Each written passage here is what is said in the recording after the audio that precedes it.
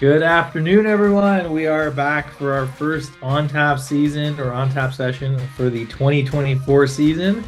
And what better way to kick it off with something very interesting and something we've really never talked about or really had I guess, really had a lot of involvement with is sustainability. So very, very excited to introduce the CEO and co-founder or founder, sorry, Dane Baker from EcoCart. So Dane, thank you so much for hopping on today.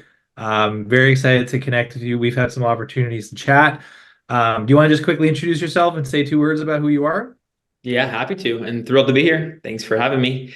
Let's see. So I'm Dane, and our mission at EcoCart is to make the fight against climate change easy, affordable, and accessible, so that everyone can do their part.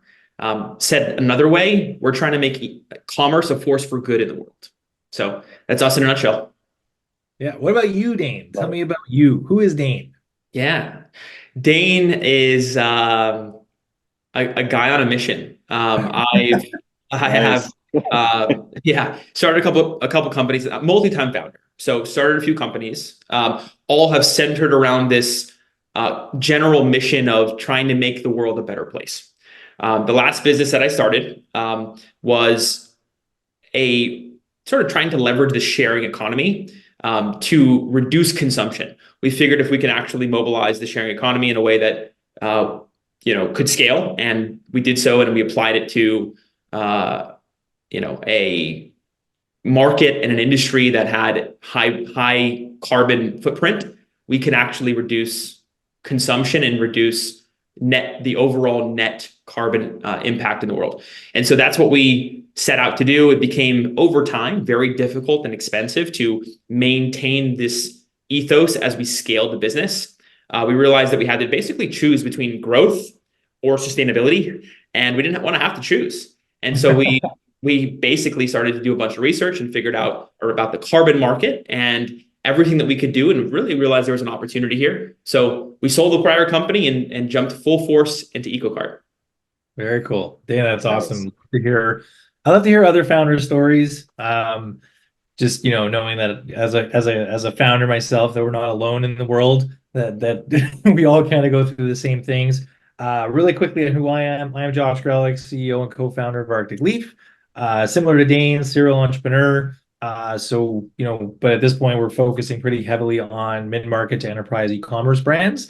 And that encompasses pretty much everything from top of funnel all the way down to retention. And we've had some interesting conversations with EcoCart over the last year. Obviously, sustainability is a really important subject matter that's kind of coming up in conversation, and so we felt it was really important to have Dane and EcoCart on the OnTap. And then my partner in crime, I guess you would say, is I have Jason Hackenberry.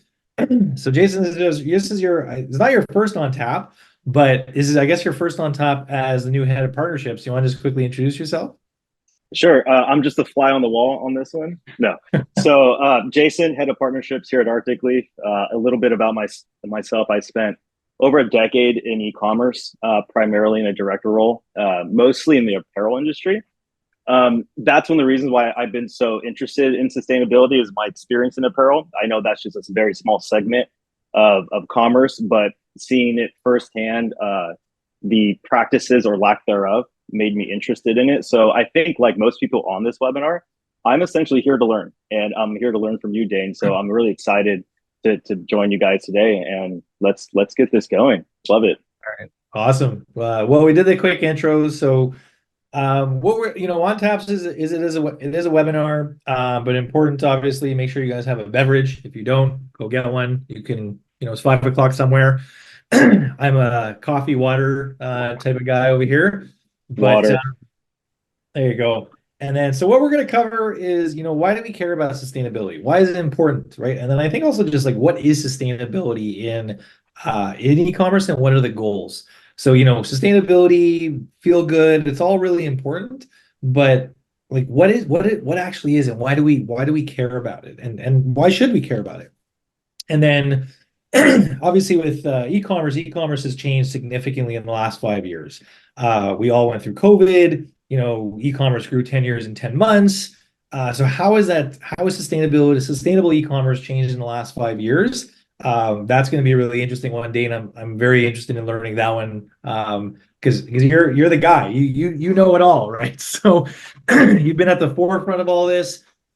What's the customer experience benefit? So, there's a lot of different types of buying groups that are obviously looking for brands that are investing in sustainability, that they're doing good things. And then last but not least is, and again, we're not lawyers, but we're going to talk a little bit about some of the policies that have changed over the last number of years and based on the different countries. So I think we'll talk about US, Canada, and one other country, and just how potential legislation and governments are actually having an impact on sustainability overall.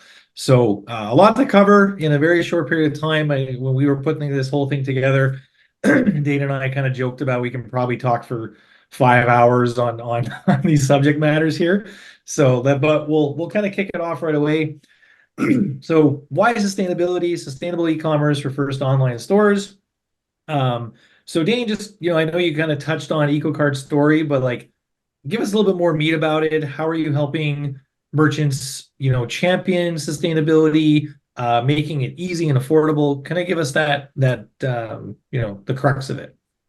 Sure. Yeah, well, happy to. So we believe fundamentally that there's a massive bell curve out there of brands that aren't today operating sustainability first, right? Like that's not part of their core ethos of their business. There's this sort of, top, there's the sort of the rightmost side of that bell curve, which with brands like maybe Cotopaxi, Patagonia, and others that certainly are very much seeing the business benefits here of operating more sustainably, in addition to just feeling better about the work that we're all doing every day. And then there's this sort of complete other side of the curve, right? But what really we're focusing on is this massive bell curve, right? That we can leverage and we can mobilize by helping every brand out there understand why sustainability is such an important growth lever. And so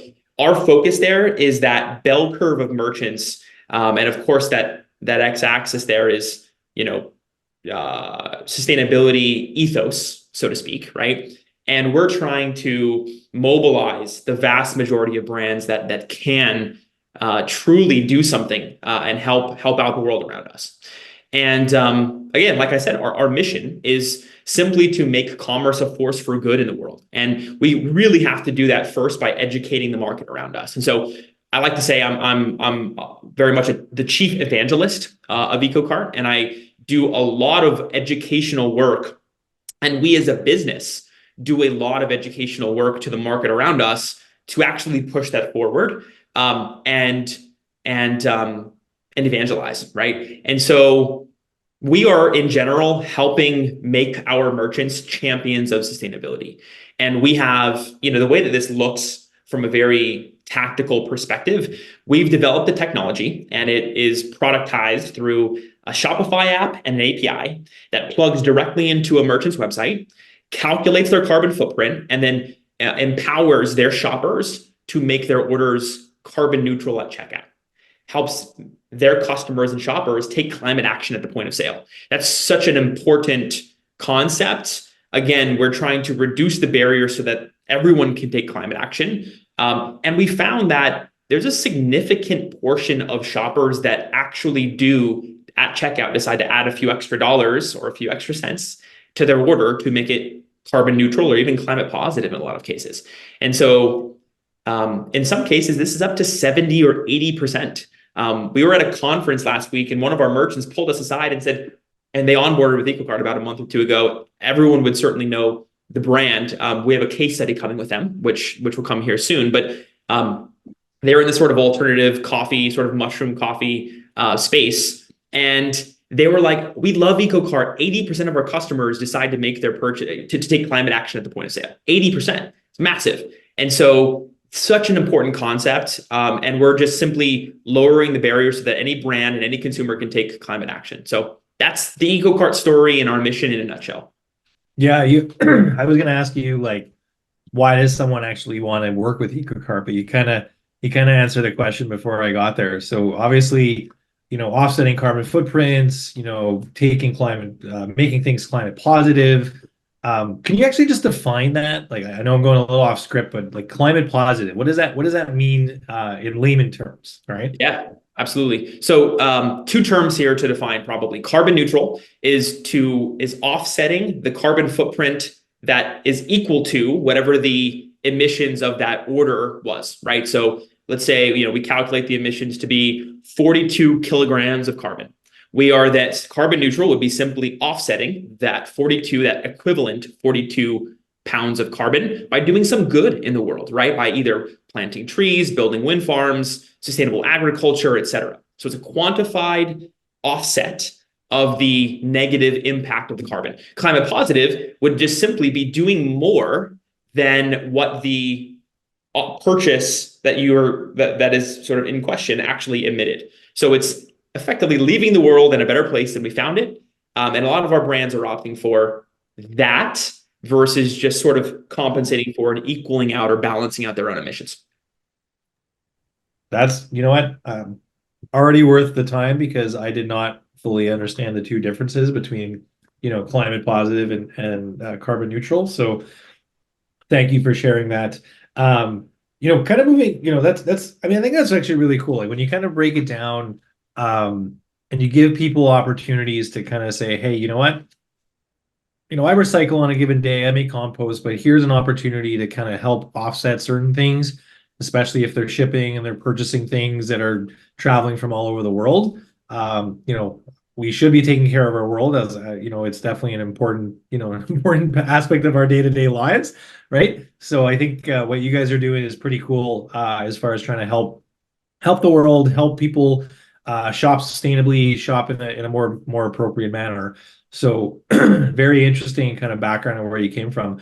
And so kind of moving into the next phase of, sustainability in reality is kind of new. I guess it's not new because it's been around for a long time. We obviously care about Mother Earth, we care about the environment.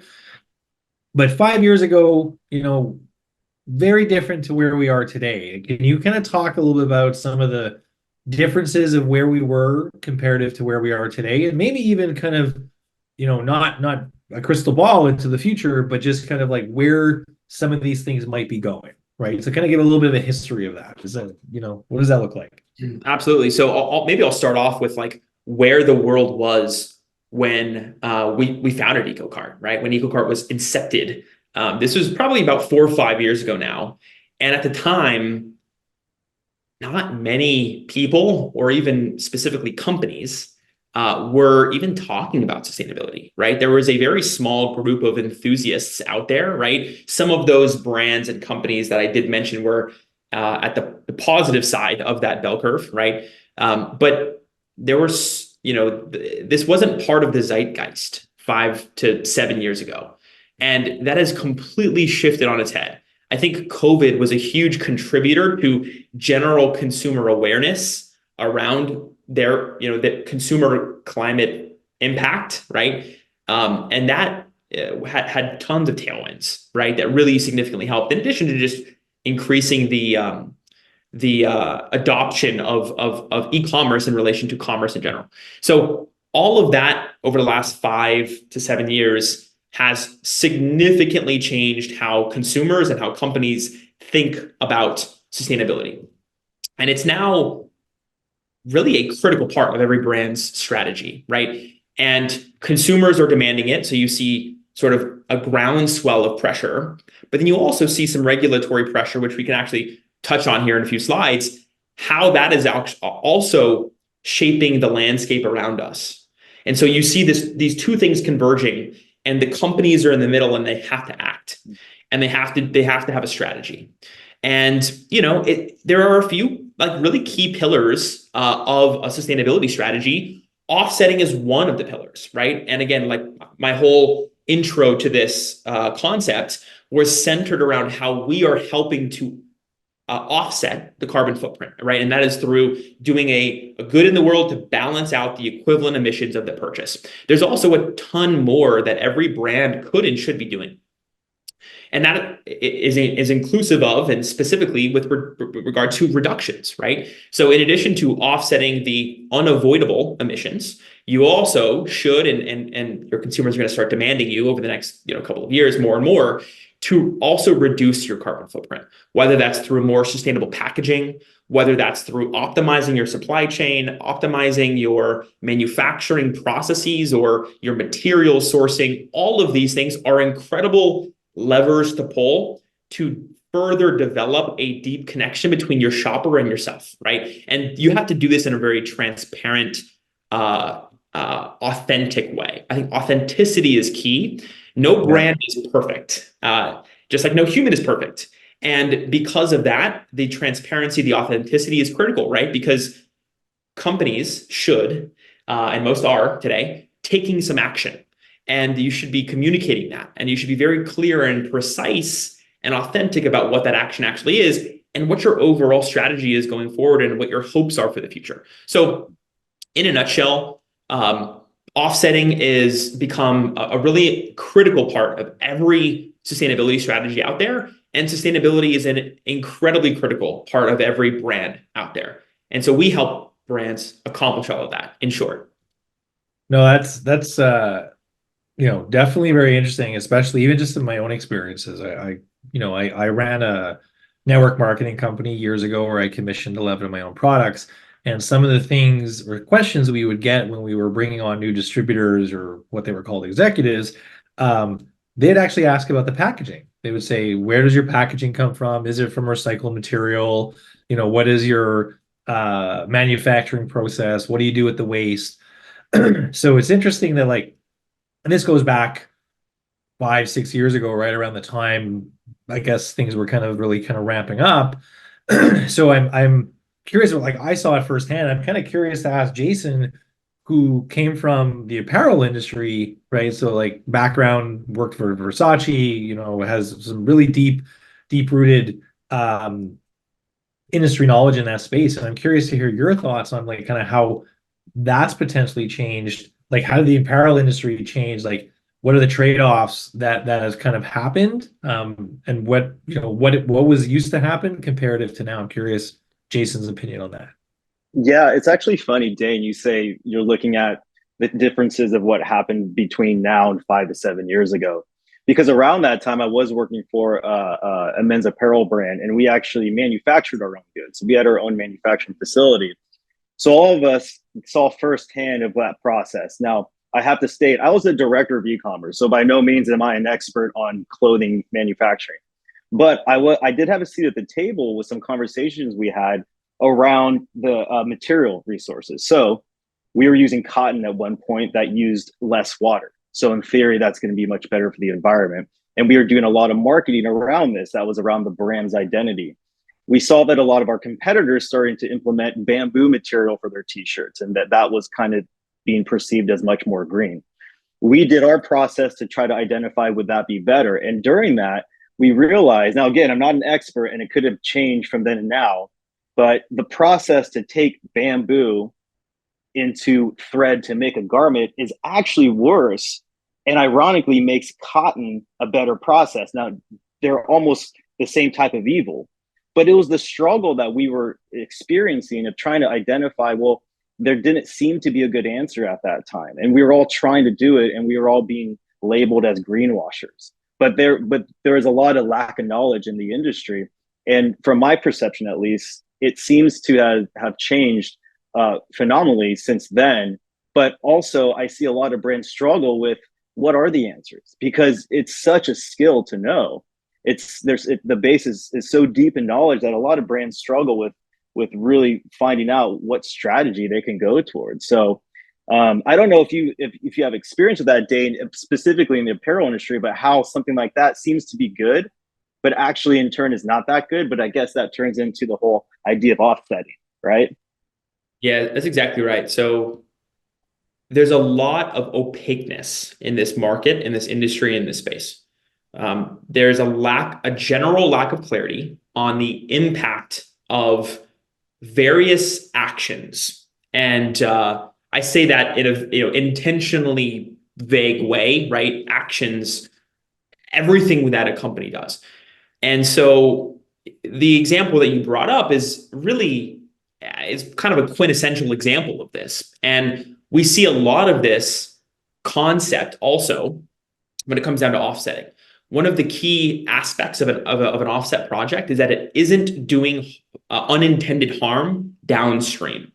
And that's a really key aspect and element and concept of sustainability in general, because the intention could be good, but the outcome can actually be like a net negative in the world.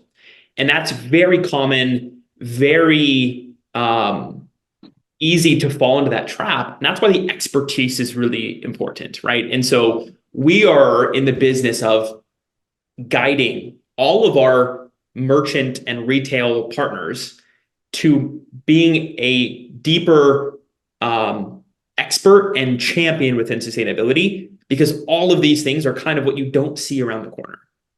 Mm-hmm. I love that. Absolutely. Dane, when does it make sense in the business journey for a brand to really start thinking about sustainability? Right? Is it from the time the brand is conception? Is it a year down the road? Is it like I'm selling 1,000 orders a month? Like what? Like when does it make sense to actually really start thinking through this? And it's going to lead to the next point in the conversation, because there's some really interesting data and statistics about how buyer personas and buying journeys are being affected by it. But I'm curious your thoughts on when does it make sense to bring sustainability into the mix? Yeah. So just like compounding interest, the effects only get more powerful the earlier you start. And so, said another way, it becomes much more difficult to incorporate sustainability into your operations, into your ethos as a business, the longer you wait. And however, that doesn't, obviously doesn't necessarily mean you shouldn't start, but it means that you should start as soon as possible, meaning tomorrow. And so, and that's why that's why we do, like, the entire purpose of EcoCart is to help brands take that first step to operating more sustainably, lowering the friction barrier so that every company can take that first step and it isn't so, daunting and scary. And from there, again, so long as you're communicating transparently and authentically to your customer, it could be an incredible wedge into more and deeper sustainability action and expertise, and just the customer loyalty and value only compounds from there. Yeah. No, I guess that makes a lot of sense. You got to start, everyone's got to start somewhere, right? Like you talk about New Year's resolutions, like when's a good day to start working out? It's like, well, today, just get to the gym, right? So, I guess it could be kind of used in the same manner in this case. So yeah, this is really like wanted to kind of segue into kind of the customer experience and the buying journey. And this is a really powerful statistic. So like 66% of all customers now say sustainability is a factor on whether they will purchase from a company. For millennials, that is over around 75%. So I mean that's a pretty big statistical gap there of how to like actually get going. So like first of all, what kind of brands do you guys generally work with or have been working with? And then two, how does this sustainability have an actual impact on the customer buying experience? Yeah, for sure. So we work with brands of all shapes and sizes. And so we work with everyone from Walmart to like your local mom and pop corner store that sells online, and everything in between, right? And so we have brands on board, right? Like Walmart and Cotopaxi, right? Obviously, those are on very different sides of the spectrum from a sustainability ethos perspective, but we work with everyone in between. And from a categorical or a vertical perspective, that spans nearly every category. Apparel and fashion, for example, beauty and cosmetics, sort of like health and wellness as another category, right? All of those are probably our three largest in terms of concentration. But we also, work with again, Walmart is a perfect example. It's sort of the everything store. And so it is so that's the beauty of sustainability and kind of the role we play within the sustainability journey of all of our partners is it's not exclusionary in any way. And we help any company go from 0 to 1 within sustainability. We also help companies and brands go from 1 to 10 over time as well. And so like that is just a really powerful mechanism and wedge that I think we are really uniquely positioned to help brands accomplish. And I feel really incredible about that every day. Yeah, I mean, this is a really cool stat just there. Like some companies see a cart conversion increase by as much as 22%. I mean, that's like it's a crazy metric. Like when you really think about it from a conversion perspective, like that is massive, right? So I'm really just, what examples or what give a good example of how someone can get started to improve their customer experience by using EcoCart. Yeah. So, and by the way, that stat there like isn't alone. Like we have so many success stories and stats that show that sustainability is just an incredible lever for growth. It's like a hidden gem, right? And I like to say that we're kind of in this really unique moment in time between sustainability being a sort of nice to have concept to it being absolutely mission critical and everyone needing to do so because it is this amazing growth lever for the business. And we're in that kind of really interesting moment between those two things.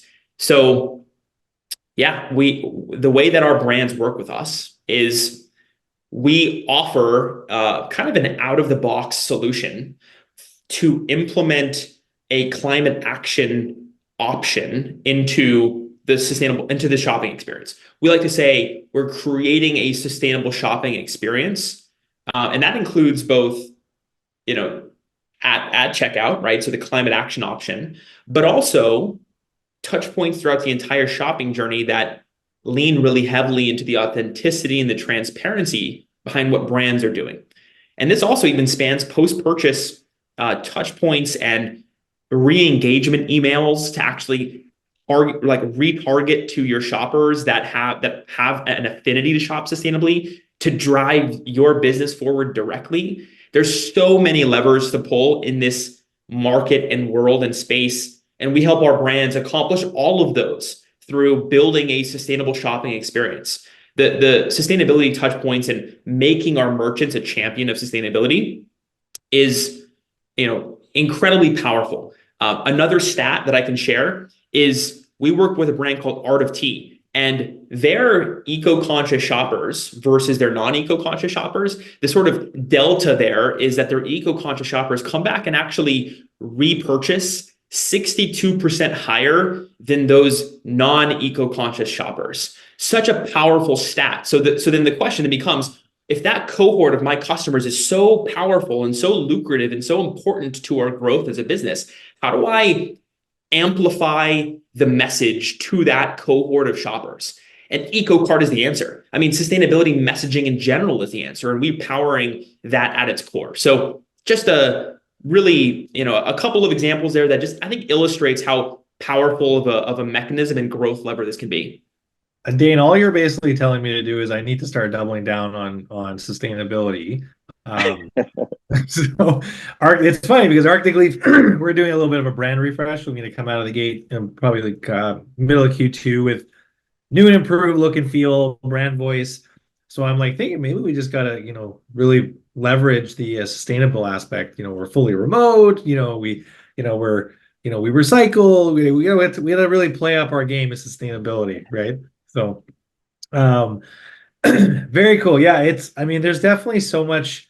E-commerce is a vast landscape in general. It's just an absolute beast, and there's so many different levers and mechanisms that you can kind of pull on, right? You have all the different pillars from on-site experience, user experience, reviews, sustainability, social impact.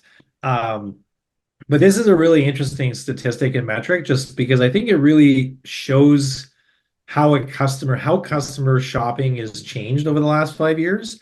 in that they're really, and we've talked about this a number of times on OnTap, but just how they're really aligning with brands that meet their overall values, right? It's they don't even mind paying a little bit more money, or they don't mind waiting for something to take a week longer to get to them because they know they're doing something good for the planet, and they know they're doing something right, and they're buying from a brand that's kind of investing in their overall values. That's really great. Obviously, there's, you have a lot of people out there that are definitely very aligned with this. And then there are those that are maybe a little bit more hesitant to it, obviously, just the way the world works. I mean, there's now legislation coming into play, right, around how sustainability is going to work. I think G7 countries are committing to achieve a net zero emission by 2050. As someone who's in Canada, I think they're the Liberal government is talking about basically you will not be able to buy a gas-powered vehicle after 2035 is the target that they're trying to get to, right? So, as someone who is definitely more dialed into this world, like what are you seeing from legislation and policies coming from different countries, and how do you think that's going to actually impact, sustainability and e-commerce, buying personas, all of that kind of stuff? Yeah, it's really exciting, honestly, that sustainability has become the expectation among consumers and the world around humanity, I'd say, humanity in general, right? And it's driving, not only a surge in demand for companies to act and operate more sustainably, but it's also being mirrored in like governmental policy, and it's being mirrored in action that is forced and mandated from our governing bodies, which is all in all a really exciting time to be, again, operating between this sort of moment where it's between sustainability being a nice to have and an absolutely mission critical aspect of a business. And so just some quick examples here. The EU is really leading here with what is actually called the Green Deal.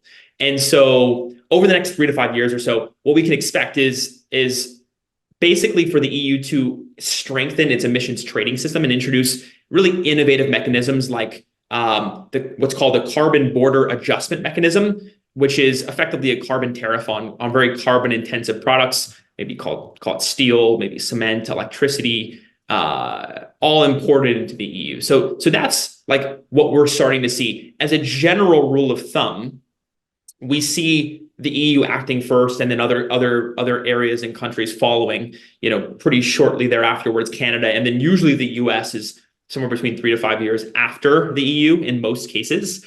And what we're seeing across the UK and EU is also carbon accounting regulations, right? So again, all of what I talked about earlier is offsetting and reducing your carbon footprint, but you can't really do either of those two things unless you understand what your carbon footprint is. And that's where the concept and term around carbon accounting comes into play, right? It's exactly what it sounds like, right? It's the concept of accounting, but instead of for your finances, it's for like actual emissions. And there's a lot of targets and goals here, but there's a lot of policy and work being mandated for companies to understand and then report on their emissions. And so that's where the carbon accounting concept comes into play. Again, we're seeing this happening like basically today in the EU and the UK. That is quickly making its way to Canada and then likely to the US and other nations as well. So it's a really exciting time because it's almost like we're seeing this all happen and play out in front of us, and we're all kind of calibrating to the market and world around us. And so we're building the plane as we're going down the runway. So that's exactly right. Yeah, and it has some incredible effects for our entire space and our entire world around us. So that's what we see from a policy side. There are of course, some details around like what size of business you have to be for this to come into effect. And it, usually has a certain employee size, but bottom line is at a very, very high level, there's a lot more policy that's going into this market and space, which is very exciting, not only from a being able to regulate the market around us and have there be common standards, but also to force action and do it in a quick way, because we don't have all of the time in the world. We don't have infinite amount of time, right? And so this only has incredible tailwinds for all companies to act. And that's what I'm really, really excited about, is it provides an incredible opportunity. Yeah, it's definitely been moving a lot very quickly over the last number of years for sure. And I'll definitely be interested to see kind of where it all lands over the next few years as well. Definitely important that we take care of Mother Earth. It's definitely well, we wouldn't be here if we didn't do a good job, right? So, before we get into Q&A, really just I want to kind of go back to just kind of like, how can someone get started today? Like really, really like super layman terms. Is it just going over to EcoCart, signing up? Is it like, you know, what's like a really easy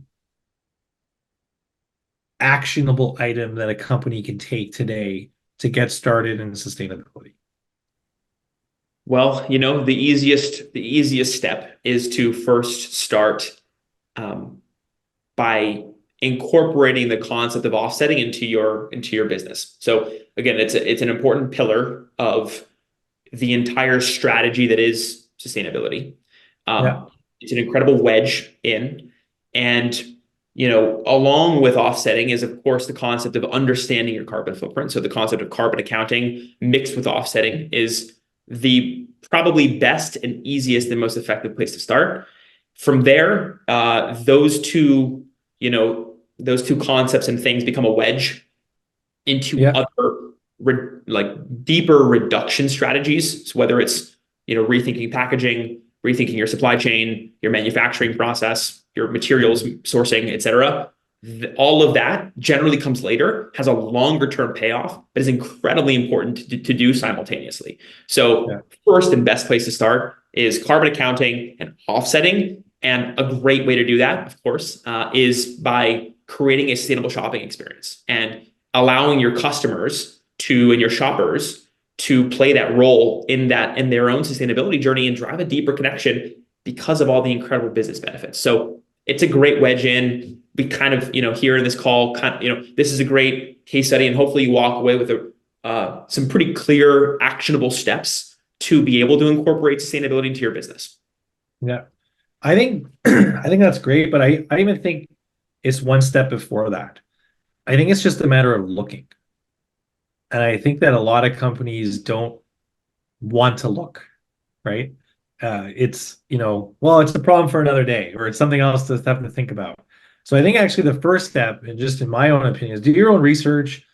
Go to EcoCart's website. They got tons of resources, lots of great case studies of how you can get something started sooner rather than later. And I think it just starts with it's always starts with a why. Everything starts with the why. So I think what you're saying is absolutely correct and 100% accurate.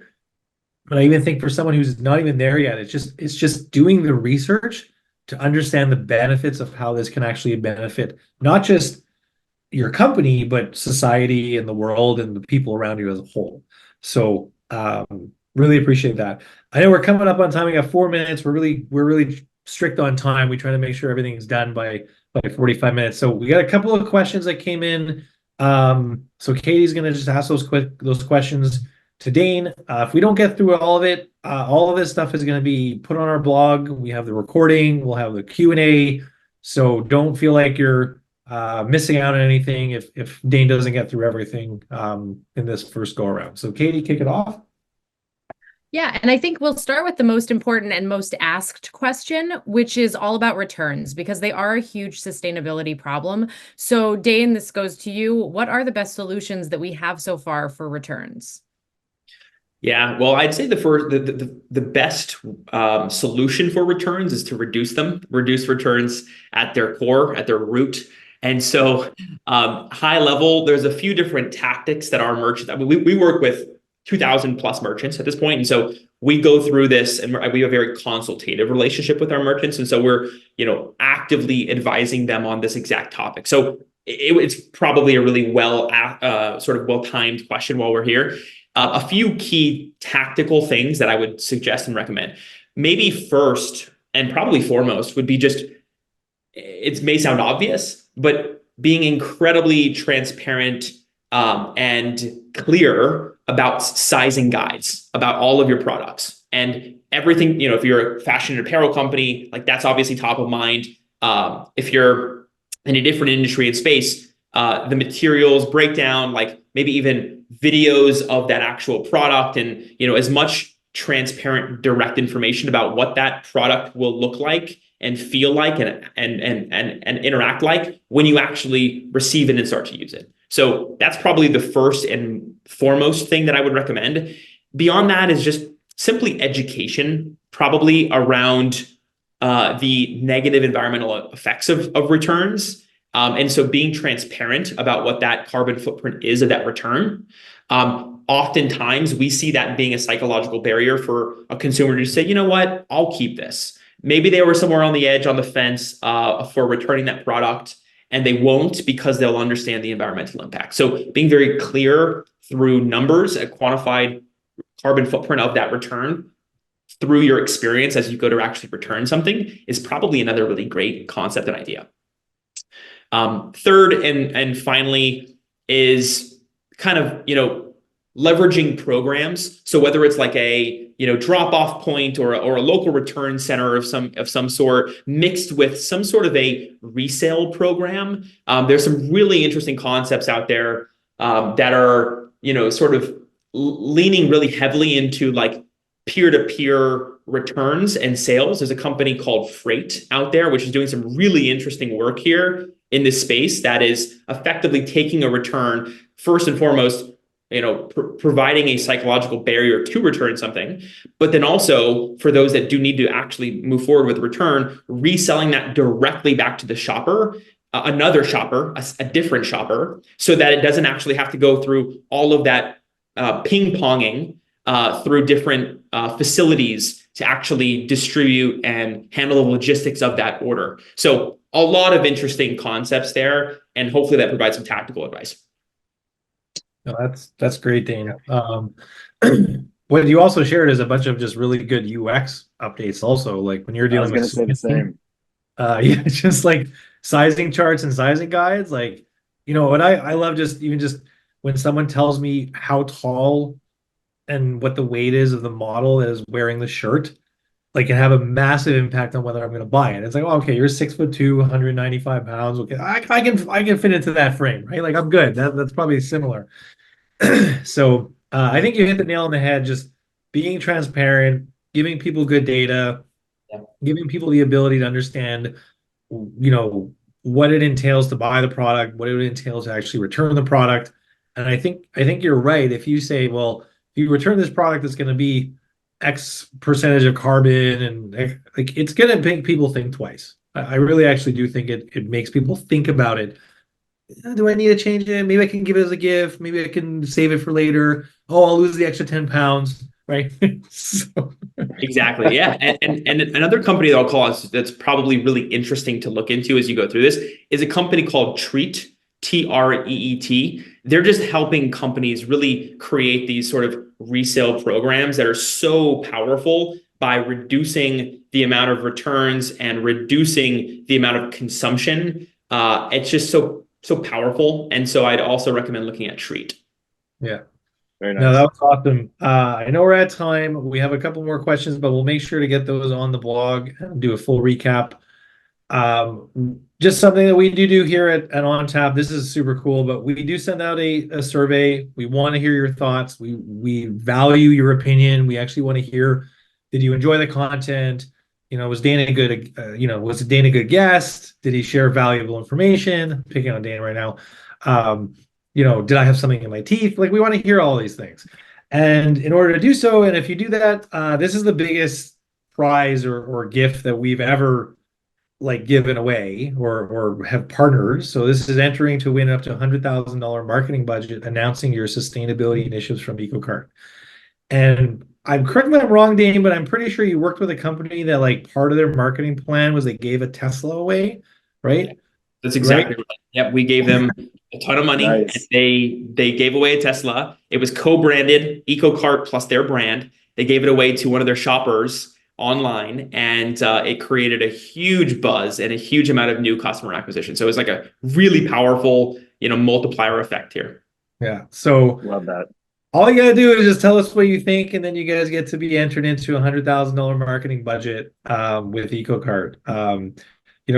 Details will follow about that. I'm not going to speak on how all that works, but that'll be, I believe, Lauren, who's their head of partnerships.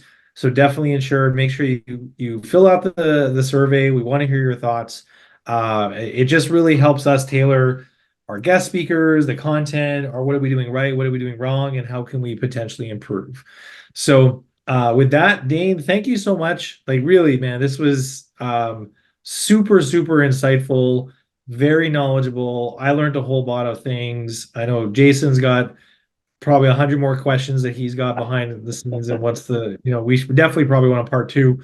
But I just want to say a huge thank you. I know that a lot of work goes into this. So Katie, Hannah, the marketing team behind the scenes, our entire creative team. So thanks everyone for your time today. With that, I will raise my glass and say salut or l'chaim or cheers or one of the 100 ways you can say cheers. And thank you guys for joining in on the OnTap series. See you next time. Thank you, Dane. Thanks, Dane.